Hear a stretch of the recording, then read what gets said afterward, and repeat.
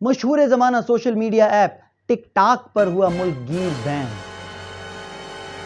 पूरे मुल्क में एक मातम की फिजा बरकरार है, हर चेहरा सोगवार है, हर आंख अश्कबार है और ये चाइना के शाहरुख और कतरीना कैफ सड़कों पर आने को बरसरे पैकार हैं। पर ऐसे में हमारा मूड क्यों खुशगवार है?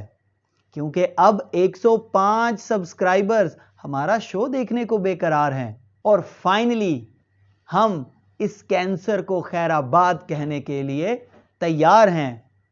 नहीं, मजा नहीं आया। एक बार फिर बोलो सारे मिलके, तैयार हो?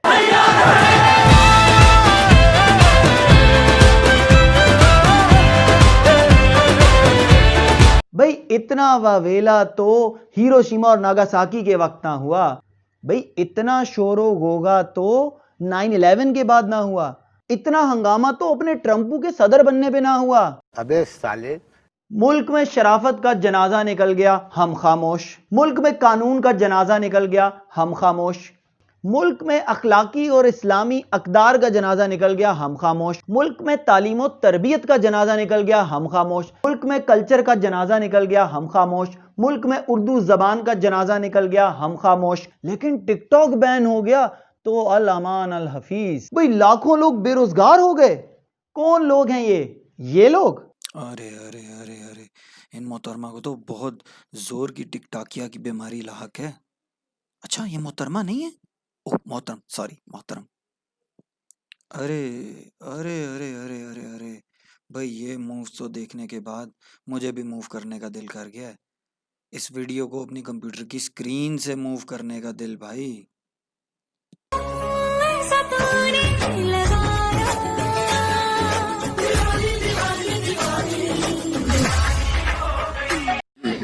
भाई मारो मुझे, मारो। नहीं, ये मजाक हो रहा है। एक सेकंड यार, मजाक हो। यानी अब फुल्लू भाई और उनके ब्रदर और सिस्टर्स कहां जाएंगे? अब लटकों झटकों के परिस्तार कहां जाएंगे? भाई टिकटॉक के प्राइम मिनिस्टर अपनी 5 साल की मुद्दत ना पूरी कर पाएंगे और जहां जनरल साहब मार्शल लॉ ना लगा पाएंगे, और कुछ लोगों को तो जन्नत भी नहीं मिलेगी। वैसे नालायकों, मां के कदमों तले होती है, कभी खिदमत करके देखना।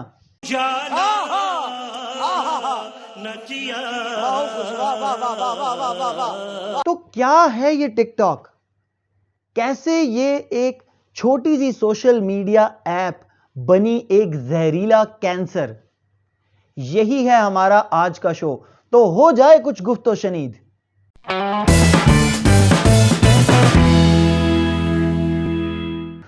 अस्सलामुअलैकुम नाज़रीन और सामाईन, बंदे को काजी अब्दुल मुकीद कहते हैं और मैं एक बार फिर आपको वेलकम करने जा रहा हूं गुफ्तो शनीद की इस बड़ी ही स्पेशल एपिसोड के अंदर। बिकॉज ये स्पेशल एपिसोड में अपने उन सारे लोगों के नाम करना चाहता हूं जिन्होंने मुझे इन पहली 4-5 वीडियोस के अंदर बेपनाह सराहा और हम अपनी सेंचुरी कंप्लीट करने में कामयाब हुए सब्सक्राइबर की। तो आप लोगों का तहे दिल से बहुत शुक्रिया।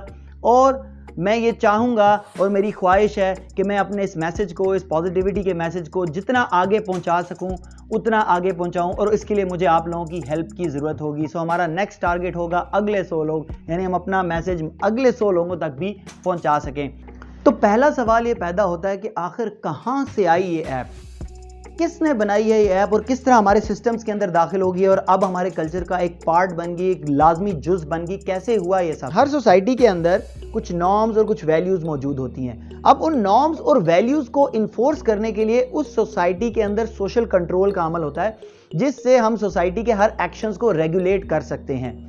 लेकिन ये रेगुलेशन तभी हो सकती है जब सोसाइटी हर ऐसी चीज के ऊपर रिएक्शन दे जो उसकी नॉर्म्स के खिलाफ है, उसकी वैल्यूज के खिलाफ है। हमारा सबसे बड़ा मसला ये रहा है कि हमने कभी गलत को गलत समझा ही नहीं, और हमारी सोसाइटी के अंदर जिस तरह से कल्चरल चेंजेस हुई हैं और जिस तरह से हमने डिफ्यूज किया है दूसरे कल्चर्स को अपने कल्चर के अंदर, इस डिफ्यूजन की वजह से बहुत सारी ऐसी खुराफात हैं जो दूसरे कल्चर के अंदर मौजूद थी, हमारे कल्चर का हिस्सा नहीं थी, लेकिन अब हमारे कल्चर के या नॉर्म का हिस्सा बन चुकी हैं। ऐसी ही एक बीमारी, ऐसा ही एक कैंसर ये टिकटॉक है। अगर टिकटॉक को ओवरऑल देखा जाए तो ये बेसिकली एक ऐसी सिंपल ऐप है जिसके अंदर आप अपने टैलेंट का मुजाहरा करते हैं 30 सेकंड के अंदर अंदर या 20 सेकंड के अंदर है, जितनी उसका एक टाइमिंग है वो वीडियो आप बनाते हैं।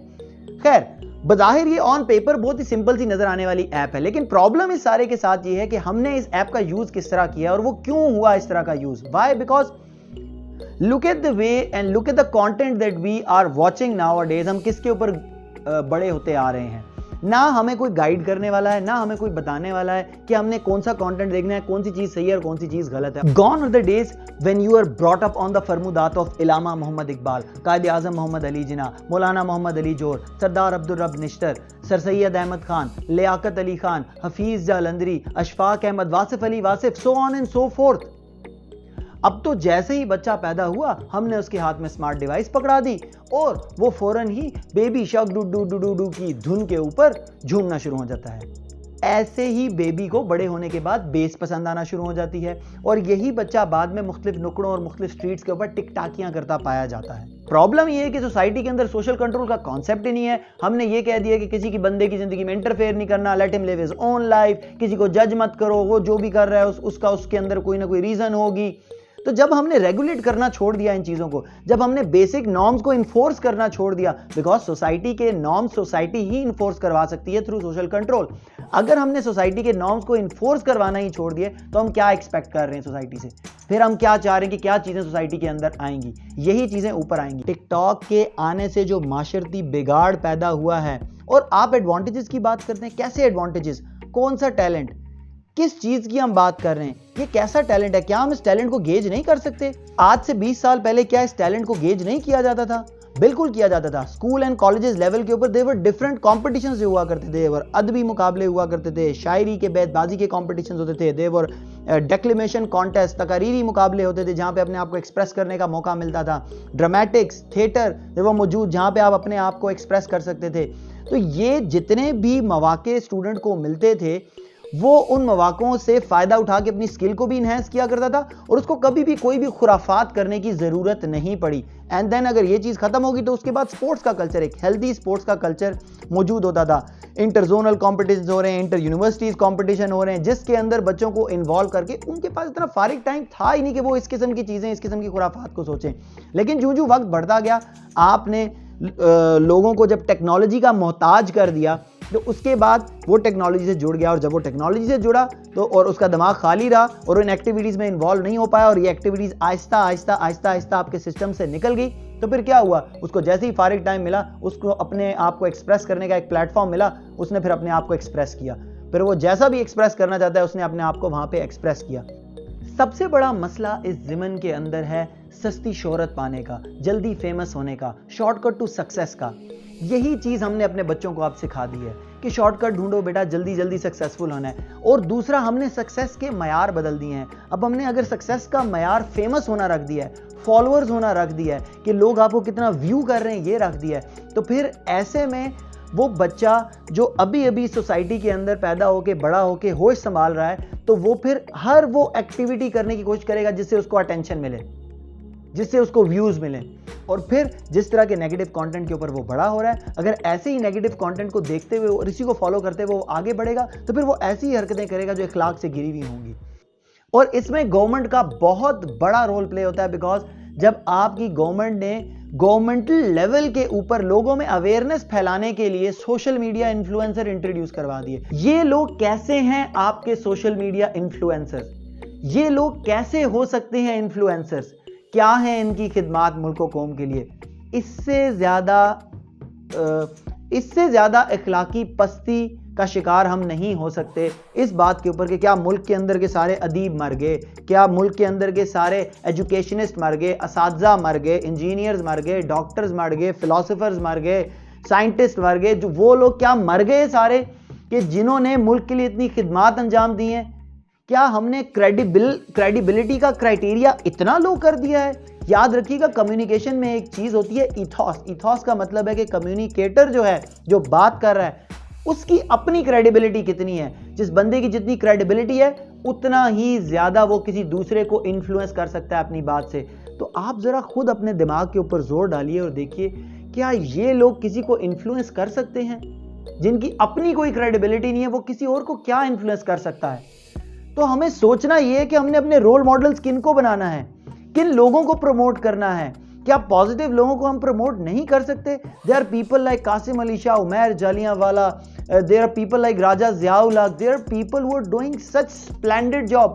एग्जाम्पलरी सोशल वर्कर्स मौजूद हैं जो सोसाइटी को हेल्प कर रहे हैं हर तरह से।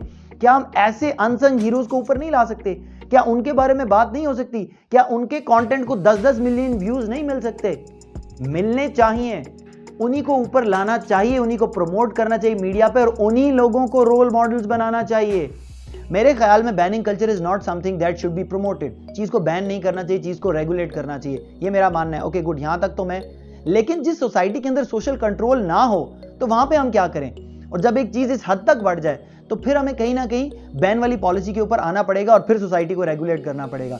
तो सोसाइटी को इन्फ्लुएंस करना है और उसके बाद फिर चीज़ों को इंट्रोड्यूस कराना है। क्या आपकी सोसाइटी इतनी अवेयर्ड है, क्या इतनी एजुकेटेड है, क्या लोगों को पता है कि हमने किस तरह से इस्तेमाल करना है? टिकटॉक का इस्तेमाल जो बाहर की दुनिया कर रही है और आप कर रहे हैं, उसमें ज़मीन आसमान का फर्क है। लोगों की पूरी मार्केटिंग स्ट्रैटेजीज टिकटॉक के ऊपर चल रही हैं, छोटी छोटी शॉर्ट वीडियोज़ बना रहे हैं प्रमोटिंग देयर प्रोडक्ट्स। ये है तरीका टिकटॉक को यूज़ करने का। हमने इसको तरीका बना लिया है लायानी किस्म का कंटेंट जो है वो अपलोड करने के लिए और नौजवान नस्ल को तबाह बर्बाद करने के लिए। तो क्या इस ऐप को रेगुलेट करने की ज़रूरत है? क्या इसको बैन करने की ज़रूरत है? क्या हमें अपनी माशरती इक़दार पर काम करने की ज़रूरत है? क्या हमें रिएक्ट करने की ज़रूरत है? क्या हमें सोशल कंट्रोल इन्फोर्स करने की ज़रूरत है? ये वो सवाल हैं, इनका जवाब आपने अपने आप से लेना है, वरना फिर आप एक ऐसी जनरेशन को मौका दे रहे हैं ऊपर आने का कि कल को जो बड़े छोटे का लिहाज छोड़ देगी और कल को वो ये चीज़ भूल जाएगी कि सही क्या है और गलत क्या है। और जो कौमें सही और गलत का फ़र्क भूल जाती हैं वो कौमें बर्बाद हो के रहती हैं, ये हिस्ट्री ने हमें बताया है। और जो कौमें अपनी रवायात छोड़ देती हैं, अपनी रिलीजन को छोड़ देती हैं, उन कौमों की भी तबाही के अंदर कोई डाउट नहीं रहता। तो आज के शो के अंदर इतना ही। खुश रहिए, अपने इर्द गिर्द खुशियां बांटिए और अपने वालिदैन का खास ख्याल रखिए और अपने होस्ट को दीजिए इजाजत। This is me Qazi Abdul Muqeet signing off from Guftu Shunid. Allah हाफिज। पाकिस्तान पाइंदाबाद।